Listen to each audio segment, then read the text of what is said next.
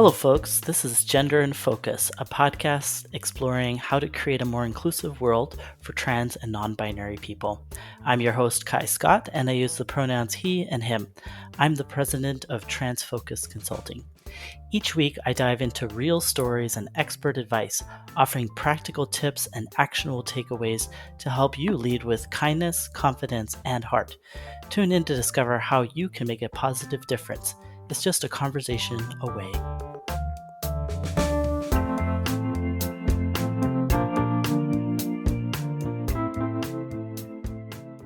In today's episode, we have a special guest, Marni Robinson. She is the Senior Director of Social Impact at HCM Architecture.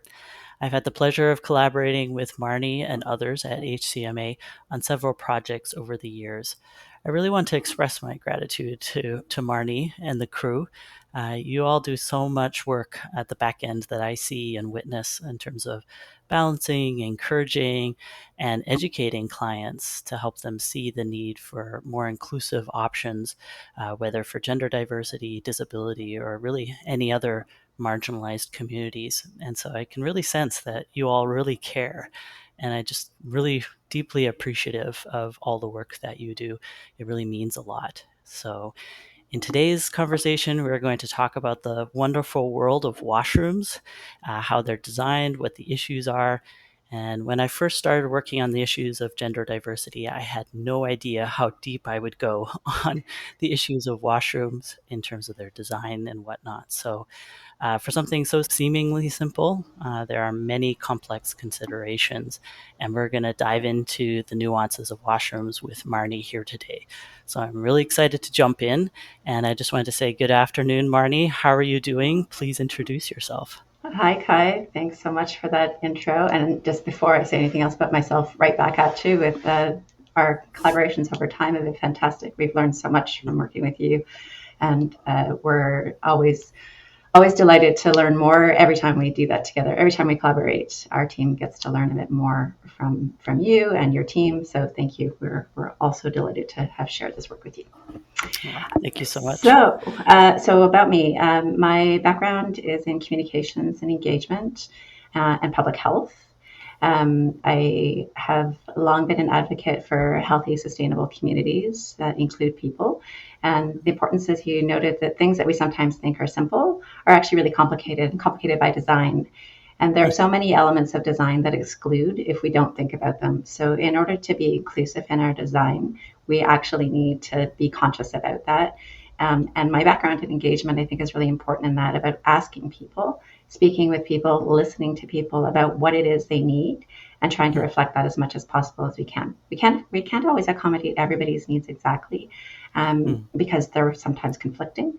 But the act of including people in the design process is something that is so empowering and such a big part of the work we do. And that's, for me, what excites me about working on this. And, like you, I never thought I'd spend so much time talking about washrooms, but they are such an important point. It's the place where so many things meet about human rights and about your feelings of yourself, safety, privacy, all these issues that are so important to us as people. And I think that, though the washroom designs themselves are really a reflection of how we value people in our society, and I'm honored to be able to be part of that. Mm-hmm. So well put. In terms of, it really kind of boils down to dignity in a sense, right? We have to relieve ourselves somewhere, and the way that that's set up can either facilitate that or it can make it more difficult, depending on the circumstances. So really exciting to hear a bit more about your background and really what drives you and makes you passionate about washrooms, which seems like a kind of a surprising thing for many, but very important. And as you know, there's kind of a lot of different types of washrooms. Of course, the most common of them are the women's and men's washrooms with multiple stalls. And of course, that doesn't quite work for everyone. And so there are more expansive and inclusive options. And we'll be sure to explore some of those aspects. And especially, we find that a lot of clients struggle to figure out kind of which options make the most sense for their buildings, their circumstances, their stakeholders. And so it just really valuable to set aside this time for us to talk about those different dimensions. And so, kind of with all that in mind, I'm really curious to hear from you what you hear as the most common challenge that folks face when designing a washroom or even a change room to meet the needs of trans and non-binary users. I think it starts with the fact that people are really not super comfortable talking about gender in general. I think it's not a topic that I think most people think about as a building operator. They're probably thinking that washrooms are not an important space. It's certainly traditionally been the thing of, take the washrooms, tuck them down at the end of a corridor, behind the elevator shaft, basically put them in a place where nobody else wants to go. It's not prime real estate. And I think, after that, it's really just, meeting what has been a traditional approach to that of gender designated washrooms. And they're enshrined in things like building code. So, there's a lot of things that are stacked up to make us sort of follow that traditional path. And the fact that people aren't comfortable in that space or talking about these issues. And then the things that they do know about these ideas, maybe they feel a little bit scared. Will these washrooms be safe for people? This idea that somehow putting toilet spaces beside one another, especially in a context where people are thinking about a traditional washroom design with awful phenolic panels that have those gaps between and gaps at the bottom, so you actually see into those spaces. The idea of putting people of different genders beside each other in those spaces is really too much for some people, I think. And that's the starting point where we get from. So before you even want to talk about anything else, I think you've got people pretty entrenched in these ideas, and with fear being a big motivator on multiple fronts. And we want to get them to think past that and start to think of washrooms in a different way and change the conversation to not be about fear. Mm-hmm. Yeah, and it's there's a structural aspect to this in terms of like where to place things, how where does the toilet go, and what type of material for what envelops the toilet and whatnot, lighting and all these different pieces. But then there's a cultural aspect that you're pointing to, where it's the way we've always done things that has a status quo. There's a bit of momentum behind that, maybe even a lot of momentum, and then there's the fear of change or something different, and people having a hard time, whether it's facility users or whether it's clients anticipating what the facility users will say or do or ask about, and not feeling confident to be able to respond to those questions, those concerns. And so it just really gives them pause, and maybe even for some it's not worth exploring. And so yeah, I really appreciate what you're saying there. There's just so much to it already, but that cultural versus structural is a really interesting way that we found helps people understand what's at play really, and a lot of it is cultural. Yeah, definitely. And the structural is not nothing. I mean, we're No. requiring people to think differently about these washroom spaces because there are additional considerations that we think go with it. And, I mentioned the, traditional washrooms, gender designated washrooms, we think of men's and women's with, those panels that provide privacy to no one. I mean, those aren't spaces that really work for anyone. So, the sooner we can move away from those, the better. But in thinking about where to put washrooms, if you're thinking about putting them in a different space in the building, we're asking for more real estate and floor area to use for washrooms. So those are always competing. It's expensive to build spaces, especially in places like, Vancouver, British Columbia, Ontario, places where the cost per square foot is really high. And we're asking for more space. So it takes a different mindset to move past just the fact of building washrooms in the cheapest way possible in the sort of least desirable location, and asking them to make these different trade-offs. It also changes things about how they work operationally. People need to consider, can they support the washroom features that they're designing for? One of the things we've seen a lot is emergency call systems that are put in some washrooms. We've learned, unfortunately, that a lot of those don't actually do anything. They just ring in that location, don't ring anywhere else. There's nobody actually at the other end of that button. So if you're calling for help, that's not really a good setup. So, can you support something operationally, thinking that through on a long-term basis? And I think, those changes that we're asking of people do require cultural, but also structural. There are, as you say, they're there's multiple questions that people have to consider, but they're all in the end leading to a much better outcome for everyone. Mm-hmm.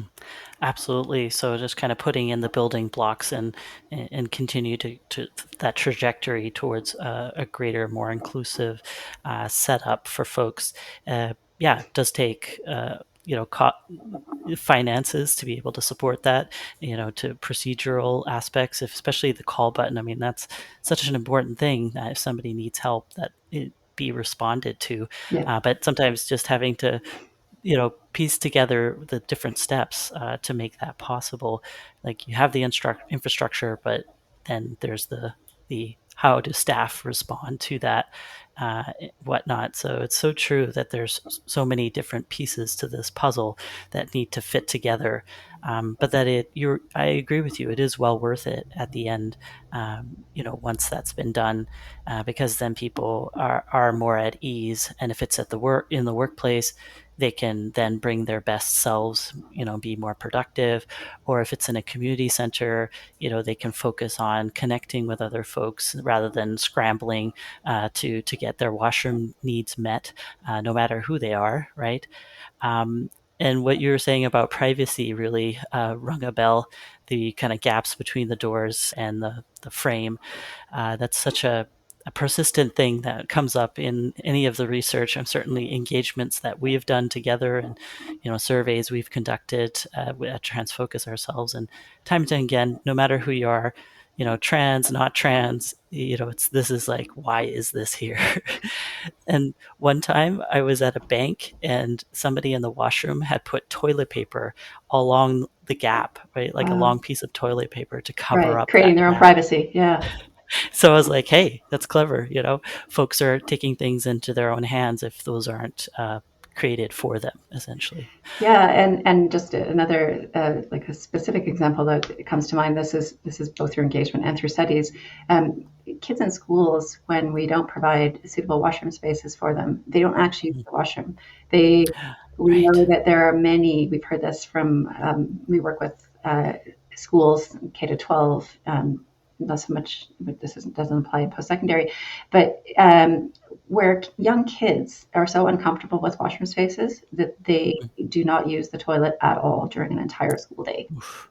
And Yikes. that's tragic it's tragic for anyone, but when you're a little kid and this is the environment you're in, what are we telling Mhm. people about how they should be valued and, to provide their basic needs, to be able to use a toilet at school for how it's affecting their learning. It's going to affect Mhm. everything about them, their health.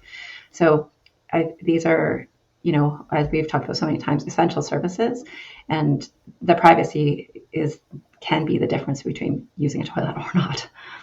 Mm-hmm.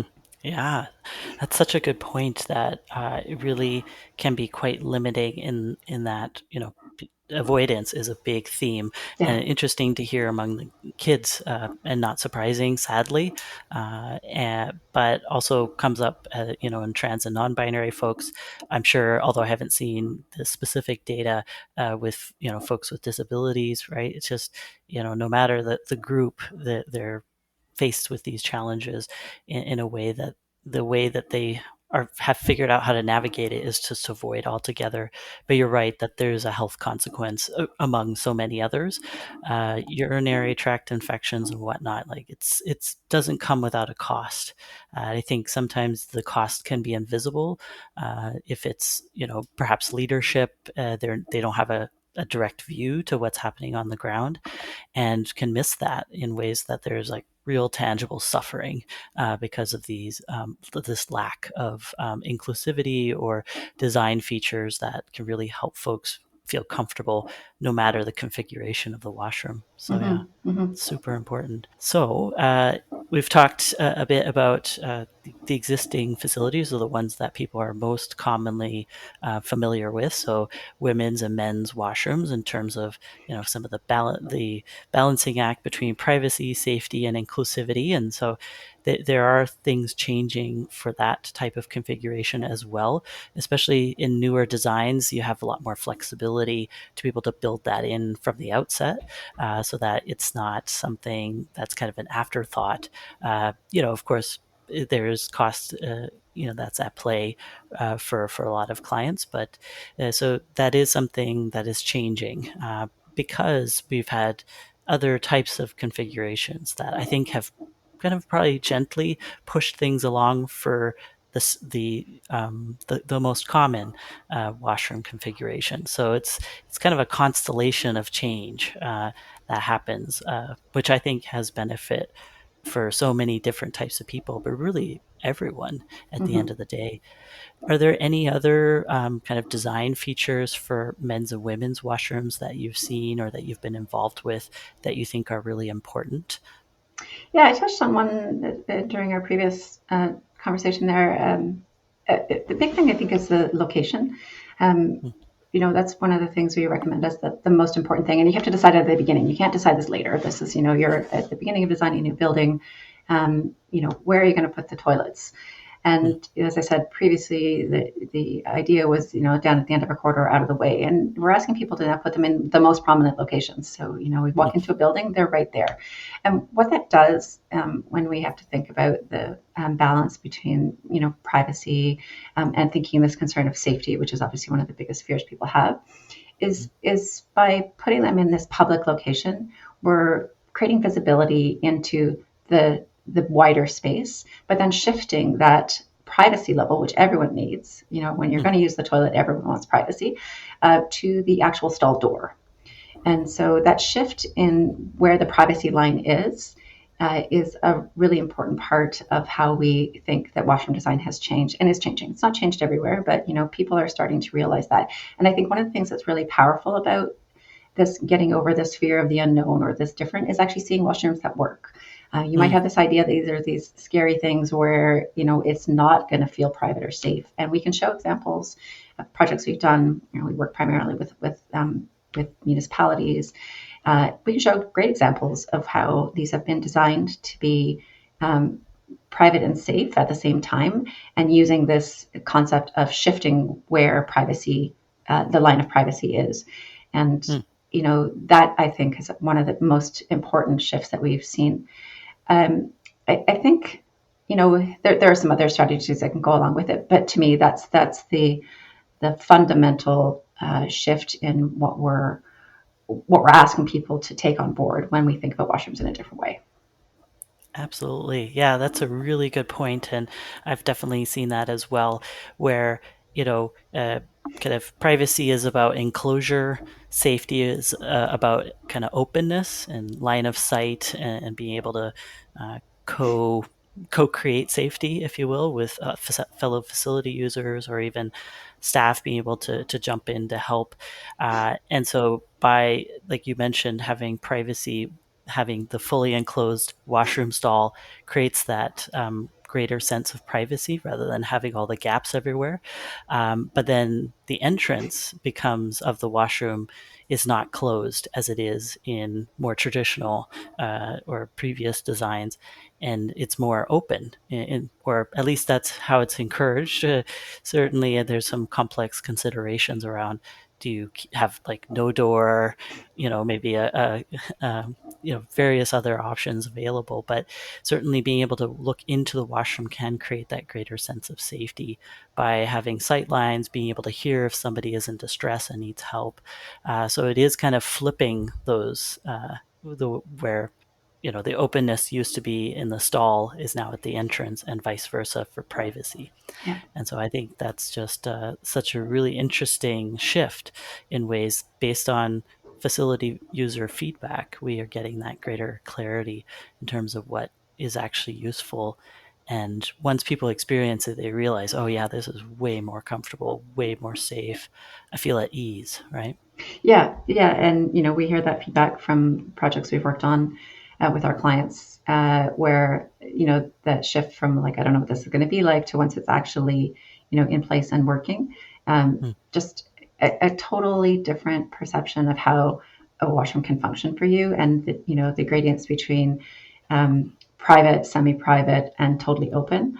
We're just blurring those lines for people in a way that they haven't experienced necessarily. But when they do experience it, it's not 100%. I mean, some people the space doesn't work for them. They're that's okay. We don't expect spaces to work for 100% of people, but the majority of people who use those spaces find it works for them in a way that is really gratifying as designers who aim to create spaces for as many people as possible to use. To hear that this washroom makes a difference to my ability to use the space, that's a real win for us.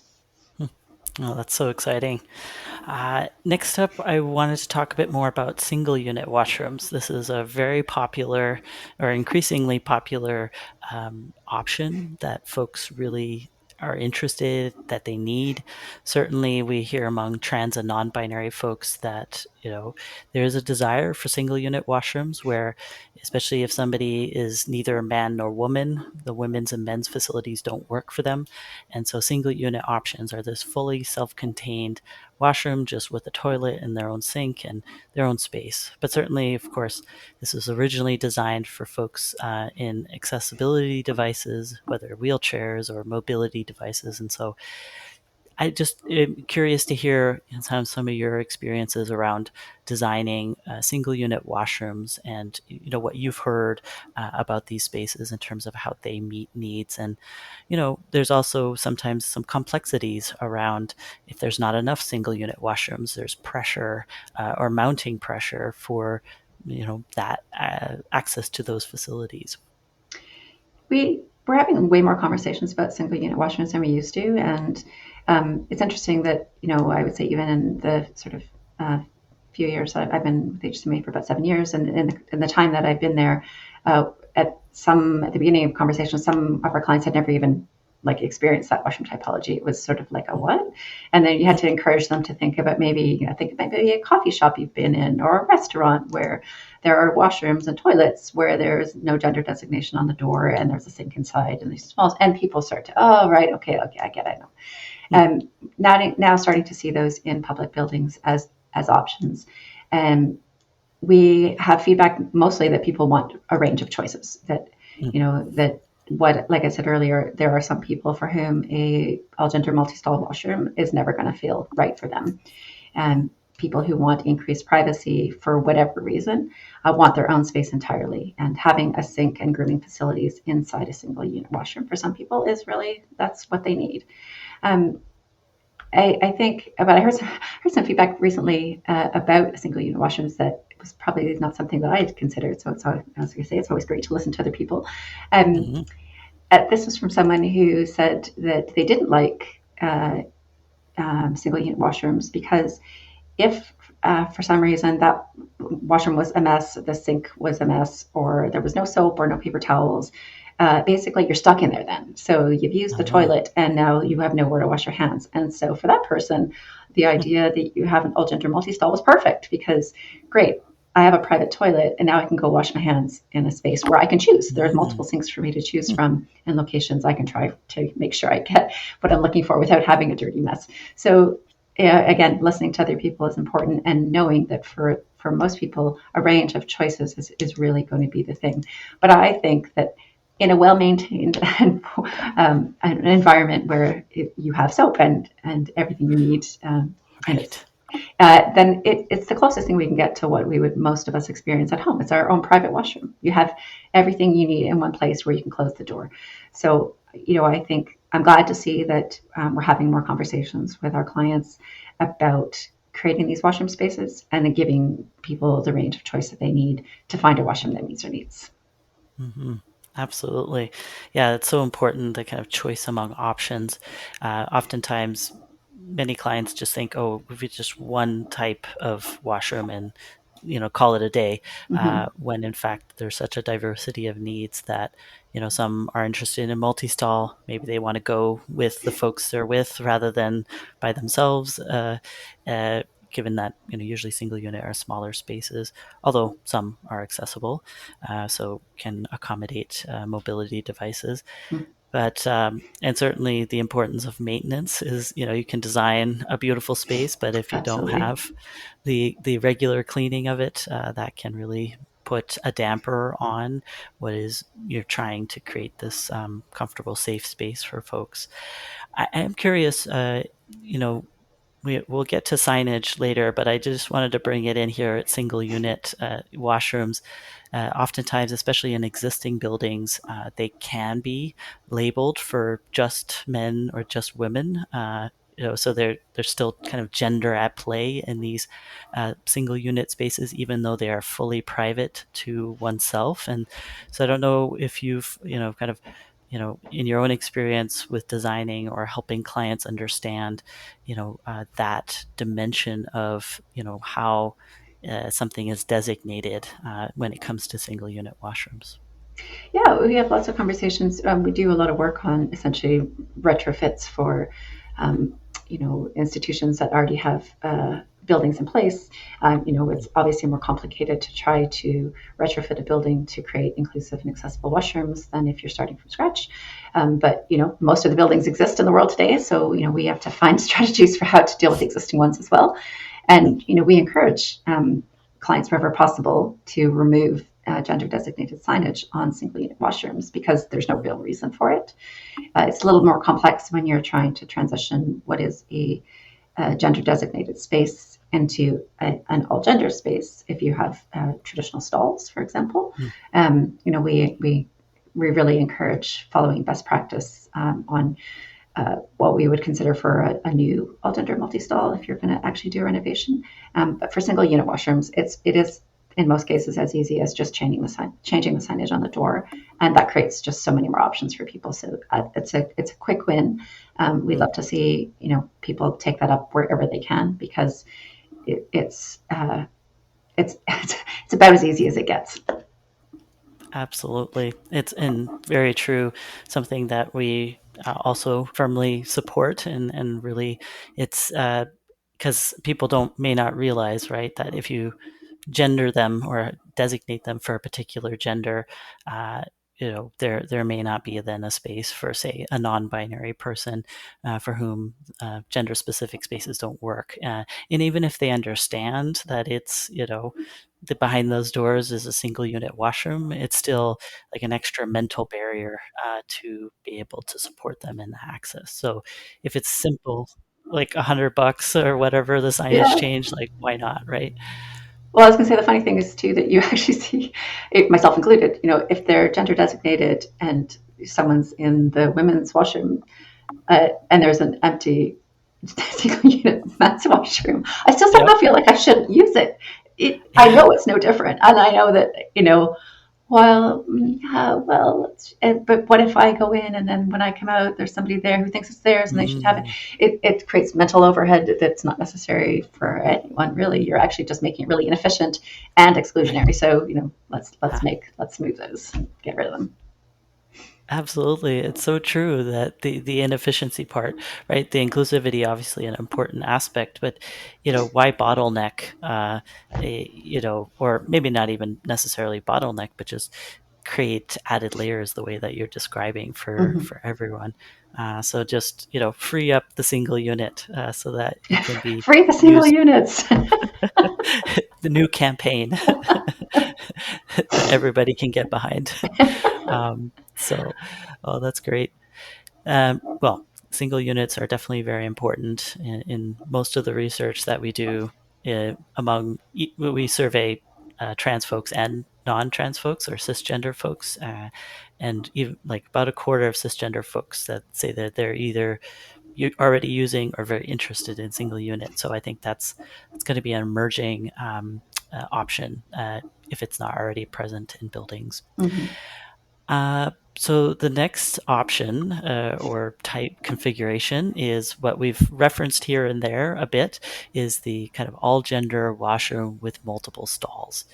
And as you're mentioning, this is a relatively new option that most people, especially in North America, have not had as much exposure to, and can have a range of different feelings about this type of option, whether excitement for some, curiosity for others, and then concern or discomfort in thinking about that space and even hesitant or refusing or don't want to access that space, which is perfectly valid.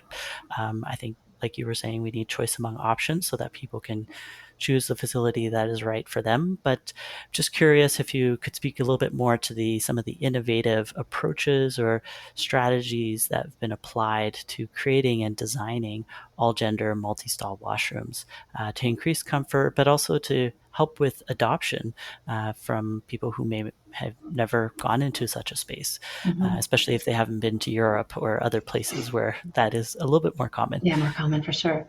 Yeah, I mentioned before the location and visibility, which are sort of the key fundamental things that underpin what we think makes a good all gender washroom. But there are some other things that also I think increase the functionality and the comfort that people can have in those spaces. So one of the big ones is what we would call like a flow-through design. So a traditional gender-designated washroom that we're familiar with would have one door that closes, opens and closes to the space, and within that there are the private stalls, and hand washing are also in there. When we look at a flow-through design, we're removing that door because we're trying to get this increased visibility. But in order to really create some feelings of safety and comfort, we want two doors or two doorways essentially, so that people can have multiple routes in and out of a space. And that's psychological safety created by the fact that you're not feeling like you're stuck in a place where you can't actually get another way out. So if you're uncomfortable for some reason in that space, if someone has entered that space that makes you feel like you don't want to be in that space with them, you go another route. You just go out the other side. So that's a big one. I think that we think is really important when we're creating all gender spaces. I think we're also looking at something, again, referring to what we talked about at the beginning, that, traditional idea of the phenolic panels that have all these gaps, at creating full toilet rooms. So, that was traditionally what we have talked about as a single unit washroom. But when we're now talking about a smaller space where we're creating absolute privacy for people wherever possible by creating full height walls that are essentially like a stud wall in your house, where you can close the door and, you basically get privacy from sound, smell, sight, all the things. It's a washroom. That's very important. It's important for making people feel comfortable. So I think that's one thing that is, again, a real shift. And then I think signage you touched on earlier too, being really clear about what's in the stall. Like, before you try to go in that stall, if you can look on the outside and see what's actually in it,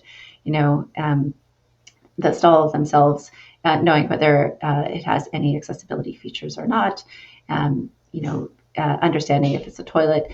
We do see some all gender multi-stall washrooms where they include urinals. So again, being really clear that the stall might have a urinal inside rather than a toilet. It's just so people are clear to exactly what you're going to get inside.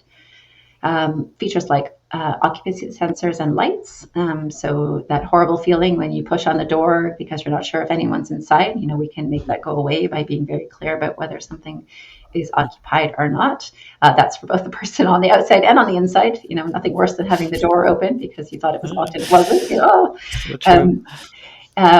You mentioned as well, like things like larger stalls. We're creating stalls that aren't necessarily about being for people using mobility devices or to increase accessibility, but thinking about people who are with small children or someone, a carer.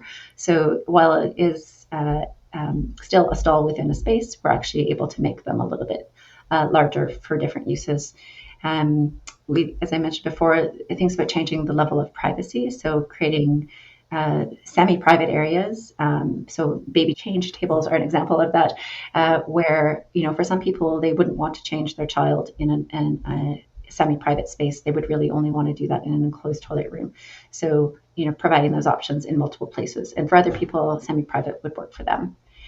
And then lastly, just thinking about, the idea that we're separating hand washing from grooming. That's, in a traditional gender designated washroom, those two things go together. So this can actually create more efficiency because if you're not interested in the grooming portion of that, you can actually just wash your hands and go. If grooming is an important part of your washroom routine, wash your hands, and then you can move to a grooming area. So it actually just changes the way that washrooms can work, and again, making them a little bit more efficient. Yeah, such a good point because in some of the research I was a bit surprised, and maybe it's because I don't do a lot of grooming in the washroom. But for many, they felt uncomfortable grooming in a mixed gender setting, and I would say particularly among women, that was the case. And so to have this kind of set aside place for grooming, could still have multiple genders there, but that it had its own space, I think, can help with some of that as well. And Mhm. in certain designs, we also, depending on the client, recommend that some of the fully enclosed toilet rooms have their own mirror, right? And certainly the accessible one can, because Mhm. it can usually have its own sink, and that can even take the grooming to a more private setting depending on the needs, right? So there's like, even within the space, there's choice among options when it comes to grooming, because that is an important thing, and for some quite personal and maybe even quite private. Mhm. And then for others, I mean, I know religious factors come to play as well, Definitely, right? yeah. So, needing to adjust one's hijab, for example, may be only suitable in a very private place. So, just recognizing those different needs, I think, is really important. And so glad to hear, those have been carefully considered. And, you know, um, there's also the aspect of, even down to the signage you were describing on the stall door.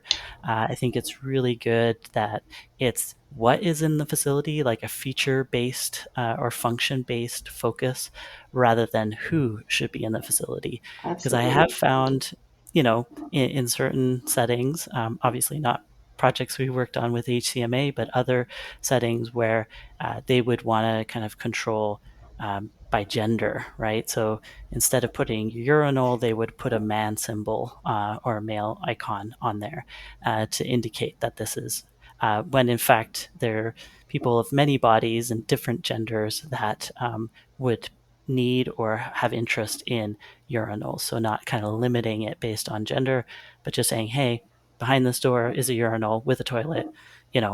You choose your own adventure. So I think that signage is really critical. Yeah, absolutely. We advocate for everyone. It's interesting that signage is often not part of the scope that we have, but we still Mm. always, wherever we can, we get the point across that signage is such an important part of the washroom experience. So, Oh yeah. if you're going to design a washroom to certain ideals or standards, don't stop there. Make sure Mm. that people understand what's in that space and how you've designed it for them.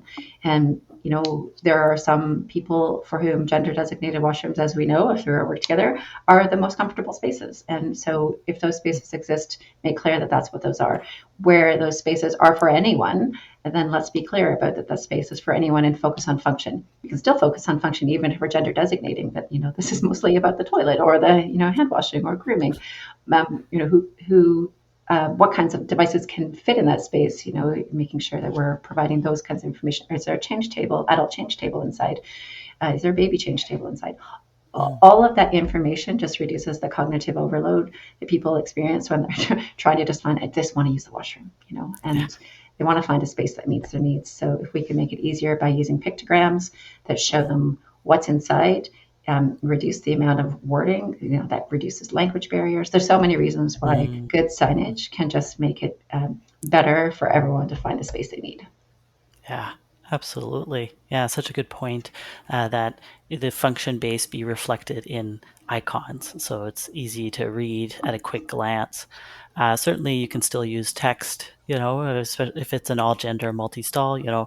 I love the signage that HCMA has put together. I don't know if it's exclusive to you, but certainly, having everyone welcome, that's Yeah. just such a beautiful message, right? Of inclusivity, that makes it really easy and easy to understand, along with the pictograms. So that's really positive, and such a good point about signage not being kind of left to the very end as an afterthought, and people are scrambling and figuring it out. But integrating that into the design process can really help make it a full feel and good vibes. Yeah, yeah. As you say, that if you're going to use language, let's use language that's really important, that conveys a really important message, rather than just being about the fact that there's a toilet behind the door. Hmm. Absolutely. So, shifting away from the all gender multi stall, I'm sure we could talk more on that quite a bit.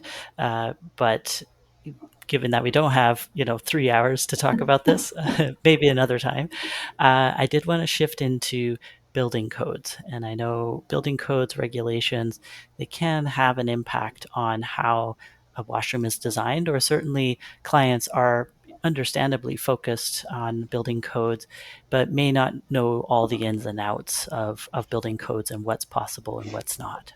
So if you Mm-hmm. have any insights or thoughts on that, I'd love to hear those. Yeah, building codes are important. They existed to provide important safety features for buildings, and we're certainly glad they're there. Mm, However, we advocate that code is the minimum. Code is kind of, mhm, in some senses, the worst you can do for accessibility and inclusivity. So we want people to think beyond that. Now, there are some things that you can't get past in code, but washrooms is thankfully one where there is a great solution. mm, So code dictates that the number of washrooms that have to be supplied in a space based on the expected usage of the building. And so architects are tasked with looking at the expected occupancy of a building and then allocating washrooms. They're in BCBC, which is British Columbia Building Code, that is a 50-50 split mostly, and in mm, most cases. What code is silent on, though, is how those washrooms then are allocated in space. It doesn't say they can't be located in the same space. It doesn't say they need to be in a separate room to have the mm. men's washrooms and the women's washrooms, which is what allows us to create all gender multi-stall washrooms that meet Ah, code. Um, huh. because you don't have to ask for any exemption, or essentially you calculate the total number of washrooms required for the building in men's and women's. And then if imagine you were doing 100% all gender multi-stall washrooms or 100% all gender washrooms, you then Mm, just allocate them as you wish across the building space. So mm, I think, and I'm not a code expert by any means, but we do this on projects all the time. Again, because code does not dictate that you need to do that. mm. Um, um, where code dictates very specific things, you have to meet them or exceed them. So I think in this case, we're able to create washrooms that work because of that.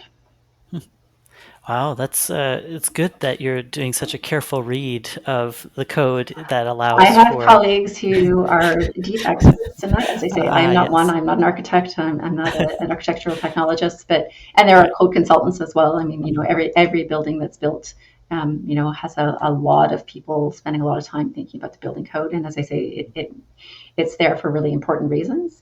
But there are things we can do that enhance accessibility and inclusivity that are still within the bounds of code, or that exceed what code is actually asking us to do. Oh, for sure. Yeah, absolutely. And it's so good for the code specialists to work their magic in this type of context, because I know building codes comes up quite a bit as almost like a barrier in people's minds, as we can't do this, right? And so it's Yeah, good to definitely. know. To kind of break that down for them to be like, actually, it is possible.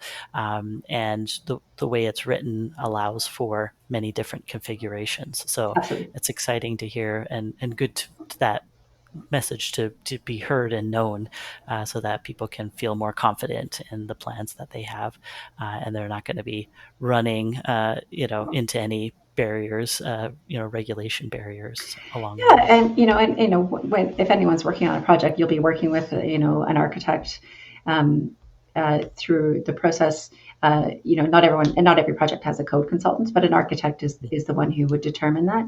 So if people are moving ahead with a project like this in any sort of public building, that advice is available to you, and you're on every specific project. Your professionals will give that input, but it is important that I think people ask the question and just don't, as you say, don't just stop with the idea that code says we need men's and women's washroom and stop there. Mm, There are alternative solutions for other things in code as well. So this is one to say, if this is what you want and mm, what you're trying to achieve and the reasons behind it, you can ask those questions, and your building professional will help guide you through it. mm. Yeah, that's such a good point. Oftentimes, no matter the topic, clients can be hesitant to ask these types of questions because it feels maybe like, quote, a stupid question, right? But actually, the more simple question actually can have a lot of power of kind of unlocking things, where it's like, actually, it's not the way we usually do it, but X, Y, and Z, right? This Mhm. we can reconfigure it in this way. So always good to ask the question and see where it Yeah, goes be clear from about there. what you're trying to achieve, and Yeah, let them help you to achieve yeah. wherever possible. Because I think government in general, and regulators, they don't want to get in the way of progress, or at least that the way you see. I mean, maybe on other topics, yes, but not on this specific topic of meeting basic needs. I don't see them having some sort of malicious intent against marginalized communities, right? So I would see them as willing participants in trying to make something possible. Well, especially if you think about it from the human rights perspective, which I know Mm, you've had a previous guest talking about the human rights aspects in mhm, relation to washrooms. And I think, when we think about where human rights sits within building versus building code, human rights is obviously at a much higher level. So I think creating with the mindset that you're actually trying to achieve a higher level purpose that is aligned with human rights code in Canada or human rights legislation in Canada, I think certainly is a goal that makes sense if you're trying to get past something that's decided essentially at a municipal level. oh yeah, for sure. Yeah, it's such a good point. Next, I just wanted to briefly touch on engagement. I know designing washrooms, you already referenced it, it's a process, right? It just Mm-hmm. starts with engaging facility users. If it's a new design or a retrofit, usually there's some element of engagement to see what the needs are, where the pain points are, if it's an existing building. And so I'm just curious to hear a bit more. And certainly you're an engagement specialist. And I know we have nerded out many a time on, how do we engage folks? There's many different factors to consider when engaging, especially marginalized communities, certainly trans and non-binary folks among them. And so just, yeah, get a bit more sense of, how HCMA incorporates the feedback of, marginalized communities more generally, but specifically given this podcast theme or topic, trans and non-binary folks in the design process. Mm-hmm. Well, as you say, we've worked on projects together where we are working with large clients with many existing buildings who are looking to make a change in terms of inclusivity of their washrooms. And it's important that while I work with a team of inclusive design specialists and many architects, interior designers who have a strong background in this. The people who we need to hear from are obviously the people who live and work in those spaces. Mm-hmm. This is something that we can't guess what any particular population thinks about that space. We really need to hear it. And I think it's important, as you say, for trying to reach marginalized people. I think it's important to create the conditions that allow people to speak and feel safe in that. And I think, again, that's one of the benefits we found certainly in working with Transfocus is you are speaking to the people directly in a way that I, as a cisgender woman, I don't have that experience, and perhaps wouldn't be the person that someone would want to open up to. And Mm-hmm. so, by creating the conditions that allow people to talk about their lived experience with someone who makes them feel more comfortable, we can get better information. And then it's up to us as designers to work with that information and incorporate it in our designs to actually honor the input that we received. Mm-hmm. And to do something with it. So, a big part of engagement is don't ask people questions about things that you can't do anything with. Like if you're not able to action the information, just don't ask the question, because it's really frustrating and heartbreaking for people to put themselves out there, especially in an environment like this where we're asking people to talk about such an important Mm-hmm. private topic. That if you're not able to action it, then don't ask.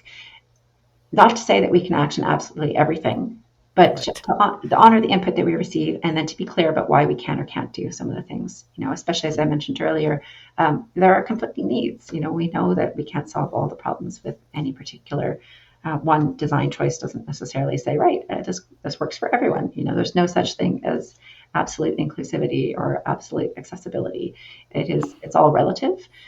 So being clear with people that we've heard you, we've listened and put that input into our design wherever possible, and where we haven't been able to, we're going to be clear with you about why we've had to make changes and what that actually results in. So um, the the collection is really important, the use is really important, and then closing that final feedback loop to say, here's what happened. Mm.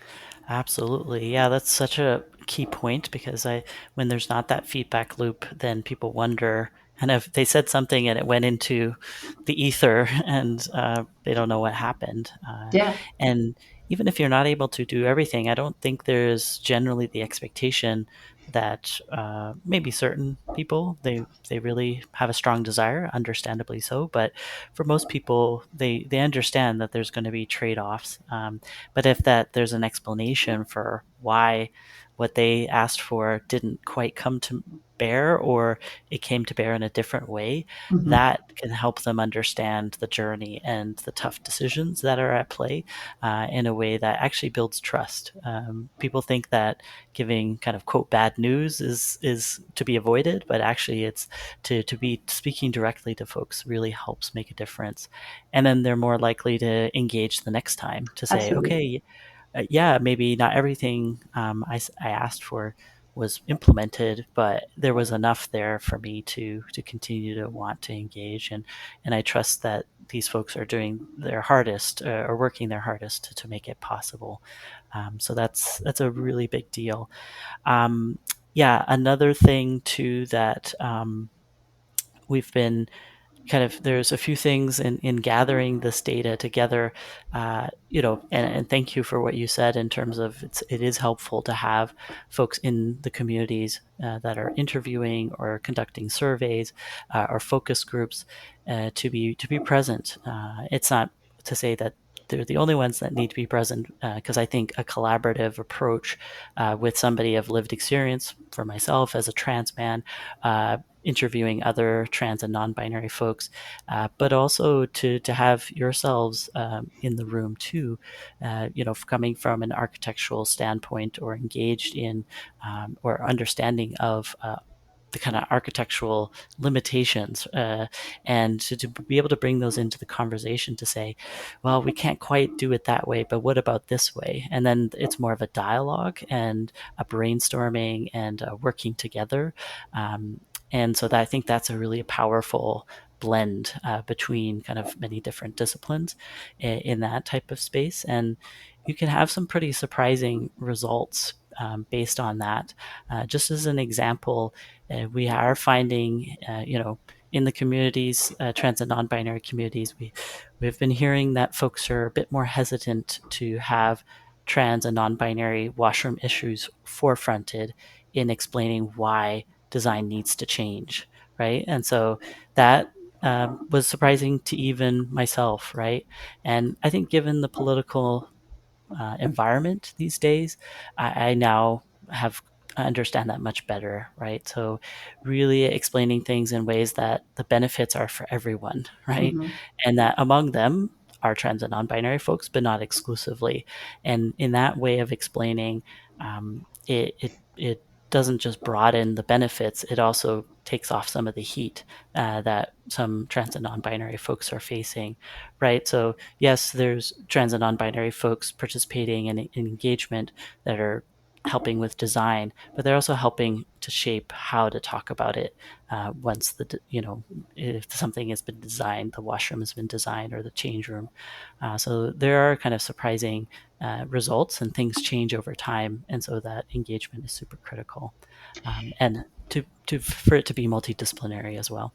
Yeah, yeah. As you say, things do change over time. Attitudes change slowly, but they do change. And I think, as I said previously, that for fear of the unknown, when people see that something can work and it's done in a way that is inclusive, and the principles of universal design that we have, which that we Mm-hmm. follow, which are by making changes for some people, you make changes that benefit more people. Like those ideas, I think, are really important, and that might shift people's feelings about these things over time.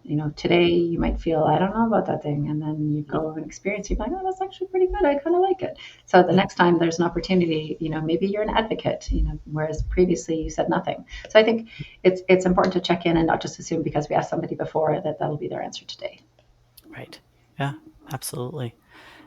Yeah, such a good point about engagement. Is the kind of final question in wrapping up our time here together. The time has flown, and as I mentioned, I could talk about this a lot more. Uh, but I'm just curious if you have any, examples or stories of how inclusive washroom design has really had a positive impact on a building, or a building users or community. Anything that you can share anecdotally or broadly, to kind of shed light on the shifting landscape. Yeah, I'd say we've worked on a number of buildings that have incorporated all gender multi-stall washrooms. In particular, if we think about the sort of the more extreme end of the new washroom typologies that are inclusive, and we've had great feedback from a range of people. That families, you can now not worry about, you have a parent of a different gender to the child, and do I want to send my young Mm, son into the men's room alone? Or that just removes that concern for people. Like, they can go in, everyone goes in the same space, which is really powerful and positive. Likewise, for people with carers who are a different gender, that being able to have a carer mm, come with you in a space, whereas previously, that option is removed for people. Um, for the building operators themselves, people who run these spaces find they work better. It creates efficiencies for staff. So, again, staff who have to close off a washroom because they are not the same gender, and therefore, the washroom is now out of commission for the period of time it takes to clean it. So those types of things have come up for us. We've heard from people who run recreational groups, for example. Do you have many kids? Everyone needs to use the washroom. So you come with 10 kids, they can all go in the stalls, and the recreation leader can stand and wait for them.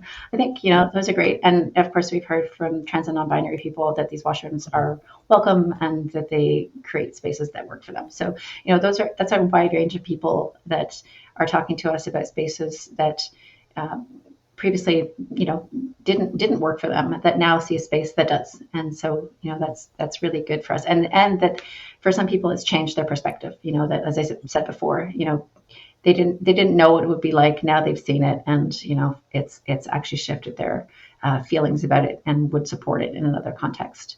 mm, Um, I think, you know, the stuff we talked about signage, we've had a lot of feedback again about the importance of that, making people feel welcome, and really making clear about what washroom spaces are available to them, and just reducing again a lot of the overhead about washrooms, making it simple. Everyone needs to use them. Let's make it easy for people. And I think really they've been a really a positive success. There are always going to be people who are, it's not the right fit for them, or building operators who maybe would prefer a slightly different solution. But on the whole, the feedback we've received is really positive. And it's a conversation now for pretty much every project we work on. Um, mm. yeah, and not to say that every client is able to do it. There are some extra costs involved. There's extra costs involved primarily from the creation of privacy. So it isn't really about Okay. whether it's gender designated or not. It's those toilet rooms that we talked about earlier. They cost more. They cost more to build stud walls, and Mm, there's a little bit more mechanical.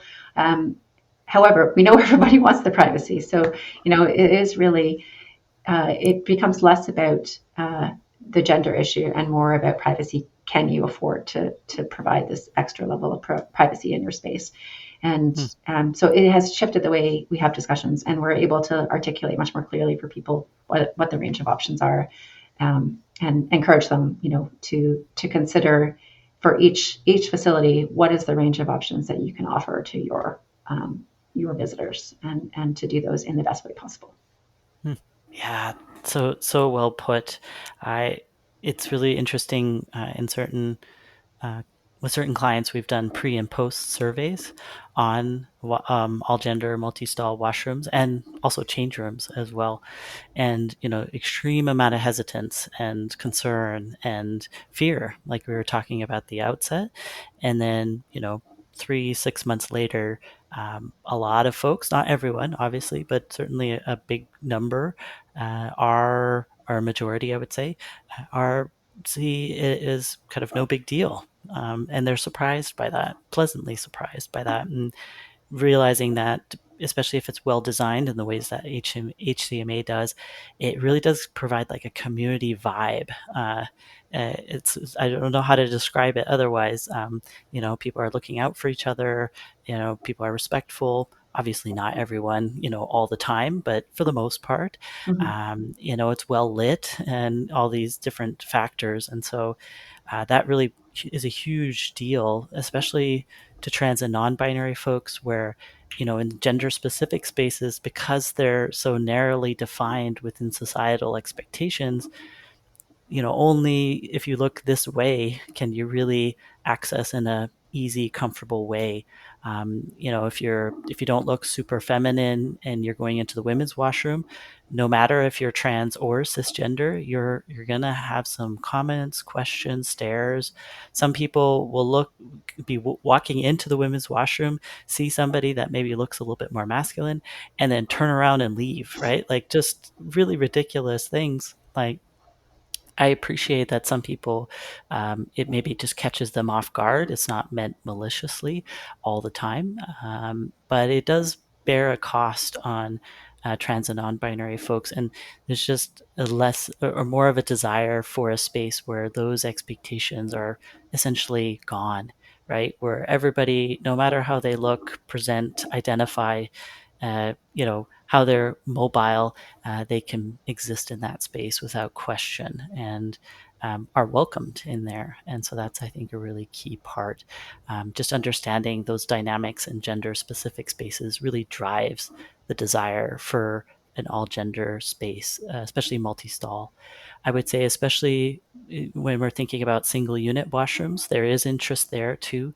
But oftentimes, especially if it's accessible, um, trans and non-binary folks feel self-conscious Mm-hmm. accessing those spaces because they Yeah. think they're taking up important set-aside spaces for people with disability, and so Mm-hmm. they don't ever want to intrude on that space. And that's where the all-gender multi-stall really just takes care of all of that, Mm-hmm. and everyone is there, and everyone can access it. So, In the words of yeah. a client recently, we heard everyone needs a safe place to pee, and that's it. Mm, it's That's so simple. It's it's so so simple. simple. But Yeah. yet there's a lot to it, as we're Yeah. able to kind of unpack in this episode. So I just really appreciate you coming on here today, Marni, and talking about your experiences along with those HCMA. And again, just very much, just so much gratitude for the work that you're doing. It does take a lot of effort, and I'm sure energies can flag, depending on the circumstances. Obviously, there are wonderful clients, I'm sure, but just appreciating that change over time just takes persistence, commitment, passion to make it happen. And certainly, not just on trans and non-binary issues, on all kinds of issues, we really need strong allies. And certainly we do have that in you and other folks at HCMA. So big thank you. Our pleasure, and always great to work with you. And I look forward to many more opportunities for us to collaborate on washrooms that include more people. Agreed. Well, I hope you have a good rest of your day, and we'll talk soon, I'm sure. Thanks, Kai. Okay, bye for now.